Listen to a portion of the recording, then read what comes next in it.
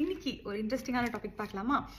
As usual Sweden பற்றி தான். But ஆனால் வந்து லாஸ்ட் வீடியோவில் நான் சொல்லியிருந்தேன் ஆர்சோன் பிரிட்ஜ் அதை பற்றி நம்ம ஒரு ப்ரீஃபான வீடியோவாக பார்க்கலாம் அப்படின்னு சொல்லிட்டு. ஏன் அப்படின்னு சொல்லி கேட்டிங்கன்னா, அது வந்து ஒரு வண்டர்ஃபுல்லான கன்ஸ்ட்ரக்ஷனில் உருவாகின ஒரு பிரிட்ஜ். அதை பற்றி நம்ம இந்த வீடியோவில் ப்ரீஃபாக பார்க்கலாம்.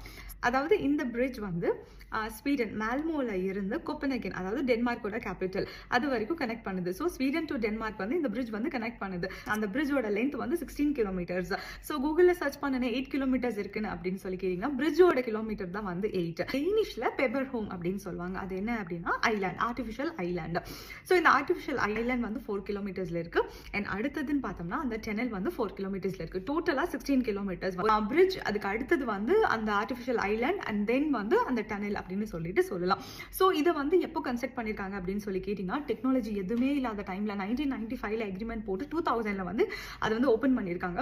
ஸோ இப்போ வரைக்கும் lakhs and lakhs of peoples வந்து அந்த பிரிட்ஜில் வந்து ட்ராவல் பண்ணிட்டு இருக்காங்க டெய்லியும் ஒர்க்கு. ஏன்னா ஸ்வீடனில் ஒர்க் பண்ணுறவங்களும் சரி, டென்மார்க்கில் ஒர்க் பண்ணுறவங்களும் சரி, இங்கேருந்து அங்கே ட்ராவல் பண்ணுறதுக்கு அந்த ஒரு பிரிட்ஜ் தான் வந்து ஹெல்ப்ஃபுல்லாக இருக்குது. ஸோ அந்த பிரிட்ஜோட நேம் வந்து ஆர்சோன் பிரிட்ஜ்.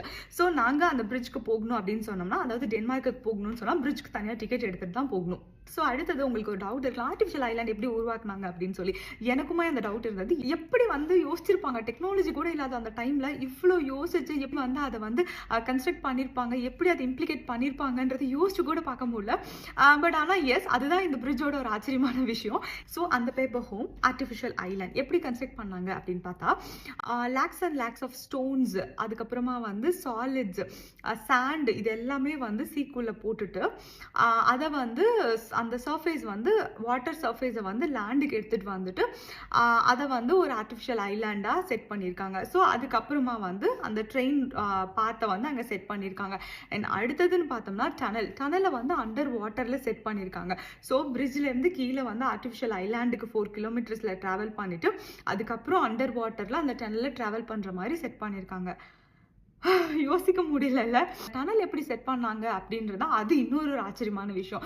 அந்த டனலை வந்து லேண்டில் மேக் பண்ணிட்டு with the help of ships அது எல்லாத்துலேயுமே வந்து சீல ஃப்ளோட் பண்ணுற மாதிரி போட்டு அதுக்கப்புறமா கீழே வந்து அது எல்லாத்தையும் ஒன்று ஒன்றா எடுத்துகிட்டு போய் செட் பண்ணி அதை வந்து கவர் பண்ணுறதுக்கு, அதாவது இது இன்னும் ஸ்ட்ராங்காக இருக்கிறதுக்காக இன்னர் அண்ட் அவுட்டர் வந்து ஸ்டோன்ஸில் வந்து ஃபுல்லாகவே கவர் பண்ணியிருக்காங்க. So that sea are waves வந்து டிஸ்டர்ப் பண்ணக்கூடாதுன்றதுக்காக.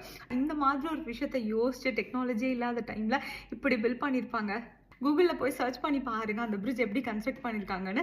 நம்மளே வந்து ஆச்சரியப்படுத்துகிற மாதிரி இருக்கும் அது பார்க்குறதுக்கு. இந்த மாதிரி ஸ்வீடனை பற்றி இன்னும் இன்ட்ரெஸ்டிங்கான விஷயம் தெரிஞ்சுக்கிறதுக்கு என்னை ஃபாலோ பண்ணிக்கோங்க, என் சேனலை சப்ஸ்கிரைப் பண்ணிக்கோங்க. தேங்க்யூ, தேங்க்ஸ் ஃபார் வாட்சிங்.